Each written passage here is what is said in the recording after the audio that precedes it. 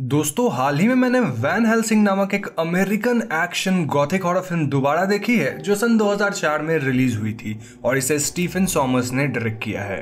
IMDb पे इस film को मिले हैं 6.1 स्टार्स आउट ऑफ 10। रॉटन टोमेटोज पे इट्स ओनली 24% फ्रेश और इस फिल्म की मेटाक्रिटिक स्कोर है 35 आउट ऑफ 100। अब क्योंकि सॉमर्स को ब्रैम स्टॉकर और मैरी शेली के नॉवेल्स काफी पसंद थे तो इस फिल्म में हमें काफी सारे मॉन्स्टर्स देखने को मिलते हैं, जैसे Dracula, vampires, Frankenstein's monster, mister Hyde, werewolves इत्यादि। तो आज की इस वीडियो में हम और आप मिलकर वैन हेल्सिंग मूवी की कहानी को ब्रीफली जानेंगे और यहाँ मैं आपको बता दूं कि असल में वैन हेल्सिंग का character Dutch vampire hunter Abraham Van Helsing से इंस्पायर्ड है, जो कि ब्रैम स्टॉकर के नॉवेल का ही एक कैरेक्टर है।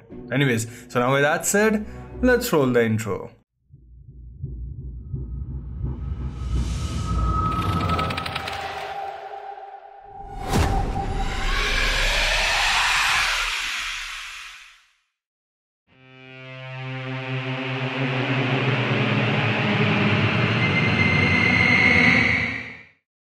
तो दोस्तों मूवी की शुरुआत सन 1887 के ट्रांसिल्वेनिया में होती है, जहां doctor Victor Frankenstein Count Dracula की मदद से एक मॉन्स्टर बनाता है, पर ड्रैकुला जल्द ही मॉन्स्टर को लेकर अपने इविल प्लान्स रिवील करता है और वो डॉक्टर को मार देता है। इसी बीच गांव के लोग फ्रैंकेनस्टाइन के कासल के पास आ जाते हैं और इगोर नामक असिस्टेंट वहां से भाग जाता है, पर वो जाते जाते गांव वालों को बता देता है कि डॉक्टर के द्वारा बनाया गया मॉन्स्टर पास के विंड मिल में है। फ्रैंकेनस्टाइन का मॉन्स्टर डॉक्टर की बॉडी को लेकर विंडमिल में छुपा हुआ होता है, जहां गांव के लोग आकर उसमें आग लगा देते हैं।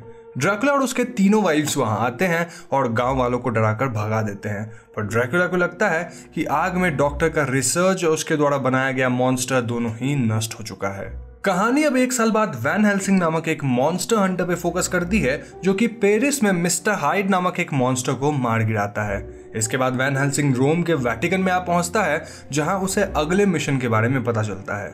वैन हेल्सिंग को प्रीस्ट बताते हैं कि उसे ड्रैकुला को मारना होगा और उनका मानना था कि ड्रैकुला को मार के वैन हेल्सिंग अपने पास्ट मेमोरीज को हासिल कर पाएगा, क्योंकि वैन हेल्सिंग को एमनीजिया था, जो कि उसके पास्ट सिंस का एक पनिशमेंट था। जिन्हें एमनीजिया के बारे में नहीं पता उन्हें मैं बता दूं कि इसमें लोगों की पुरानी मेमोरी काइंड ऑफ फेड होने लगती है।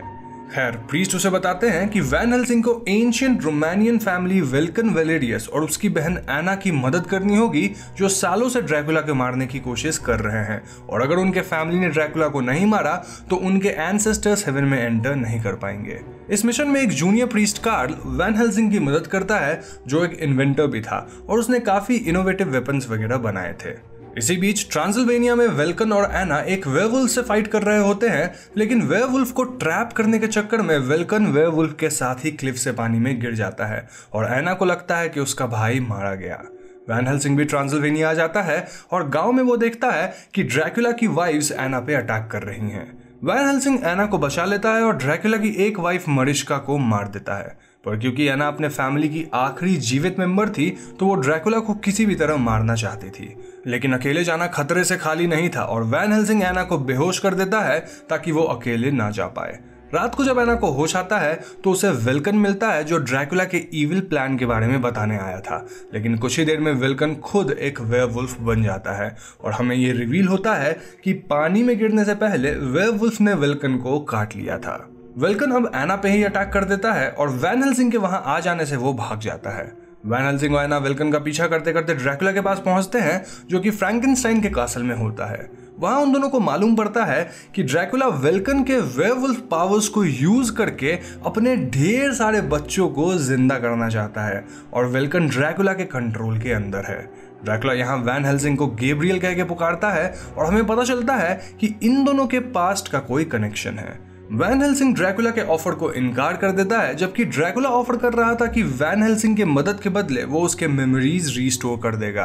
अब ड्रैकुला के एक्सपेरिमेंट से उसके बच्चे जिंदा तो हो जाते हैं, लेकिन इवेंचुअली ड्रैकुला का एक्सपेरिमेंट फेल हो जाता है, क्योंकि इतने सारे वैम्पायर बच्चों को जिंदा करने के लिए वेल्कन के वेयरवुल्फ पावर काफी नहीं थे। और तो और जो बच्चे जिंदा होकर गांव में लोगों पर अटैक कर रहे थे वो भी एक्सपेरिमेंट के फेल होने से मारे जाते हैं। पर अपने कर्स के कारण वेल्कन एना पे ही अटैक करने आता है और वैन हेल्सिंग किसी तरह एना के साथ वहां से भाग जाता है। वैन हेल्सिंग और एना उसी पुराने विंडमिल के अंदर छुपते हैं जहां उन्हें फ्रैंकेनस्टाइन का मॉन्स्टर मिलता है।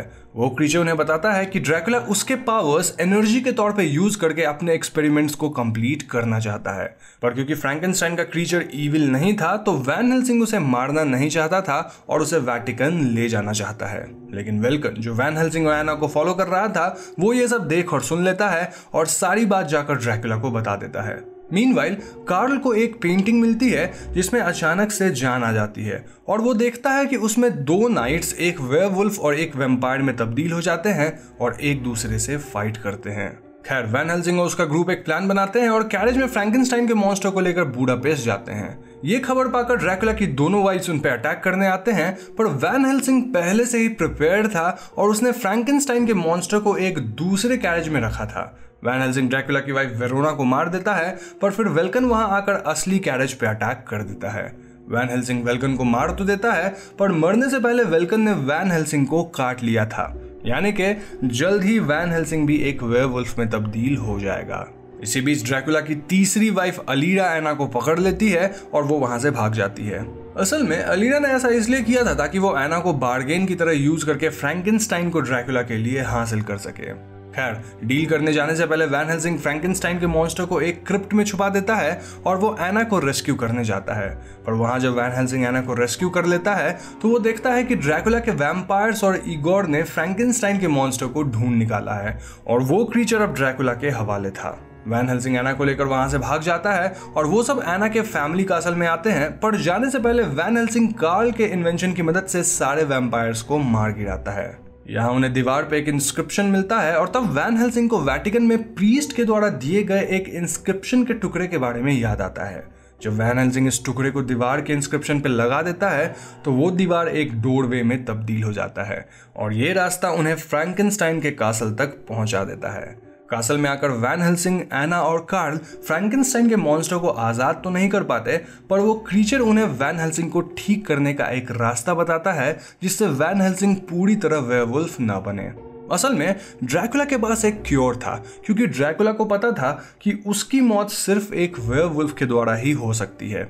इसीलिए वो ये क्योर हमेशा अपने पास संभाल कर रखता था ताकि जरूरत पड़ने पे वो इसे इस्तेमाल कर सके। तो अब कार्ल और एना इगोर को कैप्चर करके वैन हेल्सिंग के लिए क्योर ढूंढने जाते हैं और वैन हेल्सिंग फ्रैंकेनस्टाइन को आजाद करने जाता है। लेकिन क्योर के पास पहुंचकर इगोर एना और कार्ल को लॉक करके वहां से भाग जाता है और ड्रैकुला की तीसरी वाइफ अलीरा वहां आकर एना पे अटैक करती है।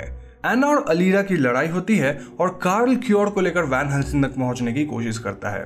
एक ब्रिज के पास इगोर का कार्ल से आमना सामना होता है और उनके मुठभेड़ में इगोर नीचे गिरकर मारा जाता है। इसी बीच ड्रैकुला अपना एक्सपेरिमेंट कंटिन्यू करता है और वो फ्रैंकेनस्टाइन के मॉन्स्टर को यूज करके अपने बच्चों को जिंदा करता है और एक्सपेरिमेंट के बीच फ्रैंकेनस्टाइन का मॉन्स्टर आजाद हो जाता है और वो उस जगह पहुंचता है जहां एना और अलीरा की लड़ाई हो रही थी। अलीरा एना को मारने ही वाली होती है, पर फ्रैंकेनस्टाइन का मॉन्स्टर अलीरा पे गिर जाता है जिससे अलीरा की मौत हो जाती है। फ्रैंकेनस्टाइन का मॉन्स्टर एना को कार्ल और वैन हेल्सिंग की मदद करने भेजता है। अब क्योंकि वो रात फुल मून की थी तो वैन हेल्सिंग पूरी तरह एक वेयरवुल्फ में तब्दील हो जाता है और ड्रैकुला भी अपने मॉन्स्टर फॉर्म में आकर उससे फाइट करता है। ड्रैकुला वैन हेल्सिंग को मैनिपुलेट करने की कोशिश करता है और उसे बताता है कि सालों पहले उसने ही वैन हेल्सिंग को मारा था और अगर वो चाहे तो वो उसकी मेमोरीज वापस कर सकता है। पर ड्रैकुला का मैनिपुलेशन काम नहीं करता और वैन हेल्सिंग ड्रैकुला के गले को काट लेता है जिससे ड्रैकुला की मौत हो जाती है और वो एक स्केलेटन बन जाता है। तभी ड्रैकुला के द्वारा जिंदा किए गए उसके बच्चे भी मारे जाते हैं। उसी वक्त वहां एना आती है, पर वैन हेल्सिंग अपने कर्स के कारण एना पे ही अटैक कर देता है जिससे एना की मौत हो जाती है। पर मरने से पहले एना ने वैन हेल्सिंग को वो क्योर इंजेक्ट कर दिया था जिससे वैन हेल्सिंग अपने ह्यूमन फॉर्म में आ जाता है। एना की लाश देखकर वैन हेल्सिंग टूट जाता है और बाद में हम व्यूअर्स कार्ल और वैन हेल्सिंग को एना का अंतिम संस्कार करते देखते हैं। वैन हेल्सिंग आसमान में ये देखता है कि एना की स्पिरिट उसके फैमिली से मिल चुकी है और वो सब फाइनली हेवन में एंटर कर पाते हैं। वैन हेल्सिंग ये देखकर खुश होता है और वो कार्ल के साथ अपने अगले एडवेंचर के लिए निकल जाता है। वहीं दूसरी तरफ फ्रैंकेनस्टाइन भी एक राफ्ट में समुद्र में रो करते हुए चला जाता है, यानी कि वो भी बच गया है। मूवी यहीं पर खत्म हो जाती है। तो दोस्तों ये थी वैन हेल्सिंग मूवी की ब्रीफ कहानी और मुझे पूरी उम्मीद है कि आपको वीडियो इंटरेस्टिंग लगी होगी। Now it's time to feature the early squad genuine comments from my previous video.